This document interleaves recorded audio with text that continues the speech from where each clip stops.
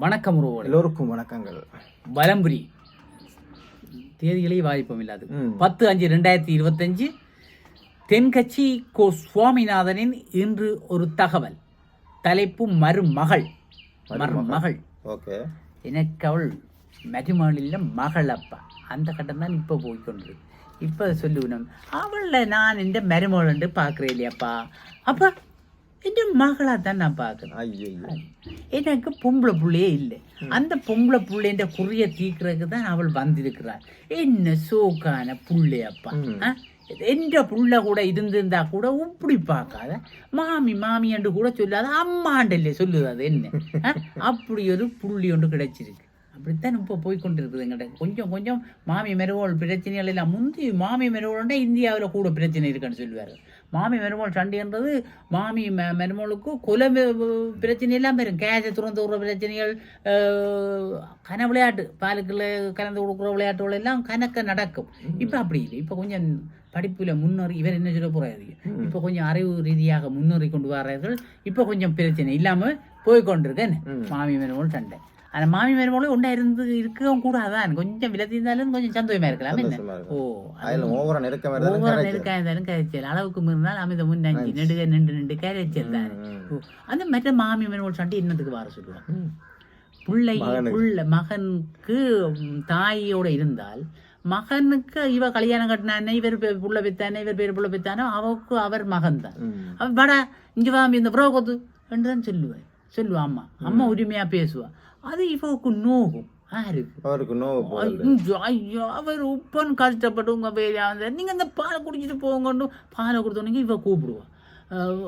பொறுங்க உப்பான அவர் சத்து கொஞ்சம் காலை கூட சாப்பிடையில பாலையாவது குடிச்சிட்டு கொத்தட்டுவேன். பொறுங்க தொடங்கினான். ஓ எந்த பிள்ளைகிட்ட நான் வேலை சொன்னா இவ ஓகே நான் நோகுது சொல்ல தேவையில்லா வேலை. தனியா இருந்தவன்டா என் மனைவி என்னோட அவ தண்ட கணவனோட நாங்களே கொடுக்குறீங்க, ஒரு பீட்சாவை கொடுங்கண்டா பிரச்சனை வரும். எல்லாம் கரைச்சல்.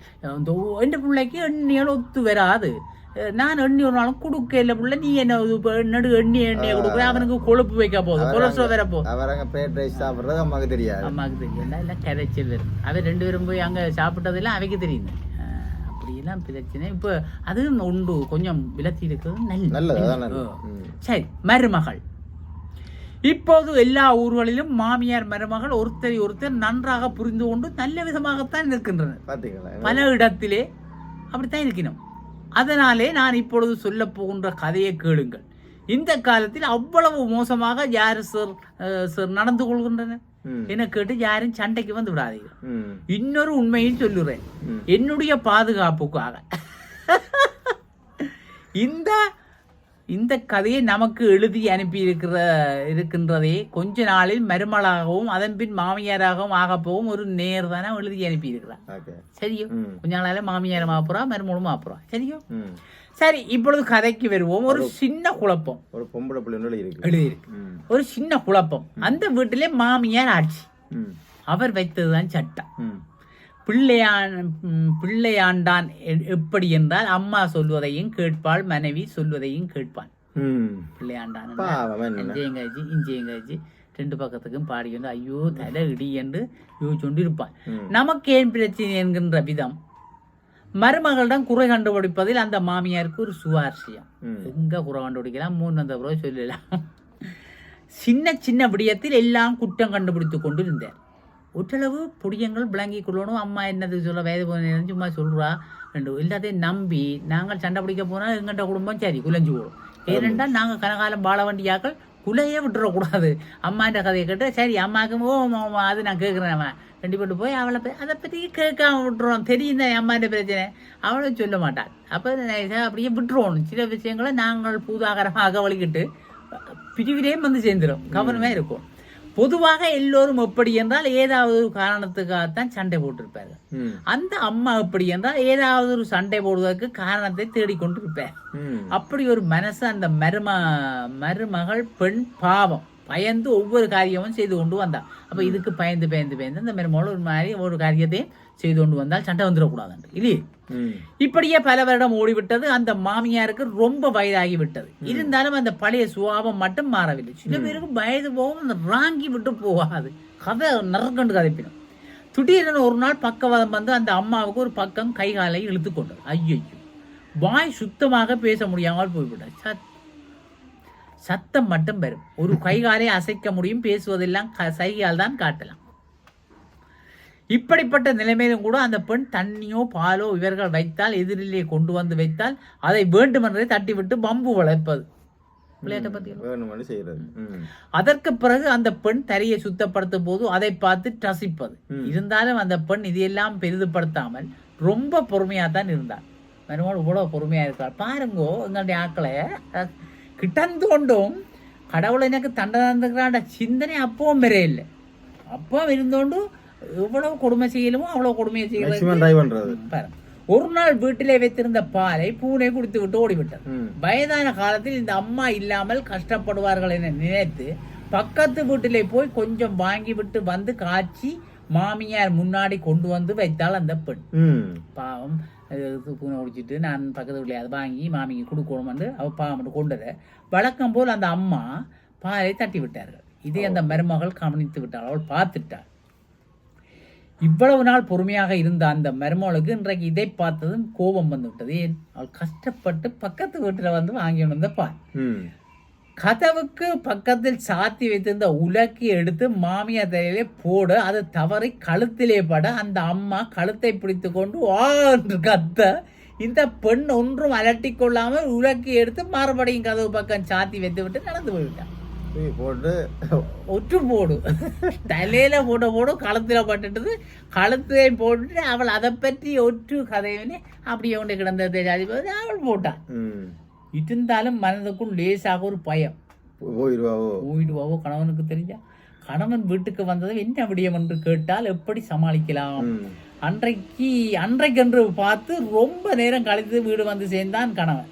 உடனே அந்த அம்மா புகார் பண்ண ஆரம்பித்தார். பேபே தானே பேச்சு வராதே, அதனால் ஒரு பக்கத்து கையாலே சைகை காட்டினேன். மொழிபெயர்க்க பூரா மருமகள் நினைக்கிறான். கதவுக்கு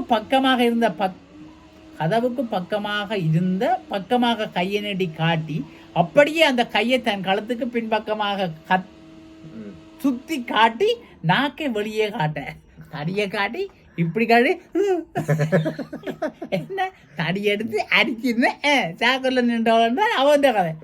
இவனுக்கு ஒன்றும் புரிய. என்னடா அம்மா தடிய காட்டுறா, கழுத்த காட்டுறா, நாக்க காட்டுறா, என்ன சொல்கிறீர்கள் அம்மா என்று மனைவியிடம் கேட்டு என்ன சொல்றா என்னப்பா என்னப்பா அம்மா இதை சொல்றா. அதுக்கு அந்த மருமகள் ரொம்ப புத்திதானமாக என்னங்க உங்க அம்மாவை உங்களை பார்த்து ஏன் உலக்க மாதிரி நிக்கிற, சாக போகும் எனக்கு சங்கிலி எதுக்கு, ஏன் கழுத்துல அடக்க சங்கிலியை கழுத்து என் மருமகள் கழுத்துல போடுறான் என்று சொல்ற என்று சொன்னாள். ஐயோ அப்படியே விஷயம் என்று சொல்லி அம்மா காலத்தில் இருந்த சங்கிலி எடுத்து மனைவி காலத்தில் போட்டு விட்டு, அம்மா உங்கள் விருப்பப்படியே போட்டுட்டேன், இனி ஏழாது நிம்மதியா படுத்து தூங்குவோன்னு சொல்லிவிட்டு அவன் போட்டான். எப்படி விளையாட்டு கதைக்கு பின்னாடி உடல் குத்து வேற நிக்கிறேன் நான் தேகிற வேலையில நீ சங்கிலி கலந்த காட்டினா சங்கிலி எது கண்டு இதை காட்டி மருமகிட்ட போட்டு தான் காட்டுனேன் சொல்லிவிட்டான். விளையாட்டு பார்த்தீர்களா கதையை. அதனால் மாமியார்களே சைகை காட்டுவதென்றால் கூட இனிமேல் ஜாக்கிரதையா இருக்கணும். சைகை காட்டாதே கவனா காட்டுங்க. நல்ல மாமியாராக இருந்தா ஒரு பிரச்சனையும் பெறாதானே. சைகை காட்டினாலும் என்ன காட்டினாலும் நன்மையாவர்கள் யோசிப்பார். இப்படி வில்லங்கம் செய்ய போனால் மற்றவர்களும் வில்லங்கம், நாங்கள் வில்லங்கம் செய்யும் போதுதான் மற்றவர்களும் வில்லங்கம் செய்ய நினைப்பார்கள். நாங்கள் சரியா இருந்தோம்னா மற்றவர்கள் எங்களுடன் சரியா நடந்து கொள்வார்கள். நல்ல தகவல் ஒன்று மருமகள் மாமியாருக்குரிய தகவல். எங்கள்ட நாட்டிலே இது பெருசா இல்லை. எங்கள்ட மருமகள் சண்டையில் இருந்தாலும் இந்த அளவுக்கு பாரிய அளவு இல்லை.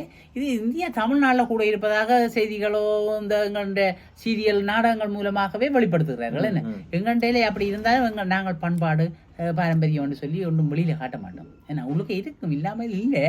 ஆனால் கொலை செய்கிற அளவுக்கு போகிற அளவுக்கு எனக்கு தெரியல. அந்த அளவுக்கு துணிவு எங்களுக்கு எங்களுடைய மருமக்களுக்கோ மாமியார்களுக்கோ இல்லை. அது இருக்கிற நாங்கள் விமர்சிக்க இயலாது. ஆகையினால நாங்கள் நல்லொரு கதை மூலமாக நல்ல சுவாரஸ்யமான விடயத்தை, அறிவுபூர்வமான விடயத்தை பலரும் அறிந்து கொள்ளும் விதமாக கூறப்பட்டிருக்கு. அதனால நாங்கள் இந்த தென்கட்சி சுவாமிநாதனுடைய இன்றொரு தகவலிருந்து விடைபெற்றுக் கொள்கிறோம். நன்றி, வணக்கம். வணக்கங்கள், போயிட்டு வரோம்.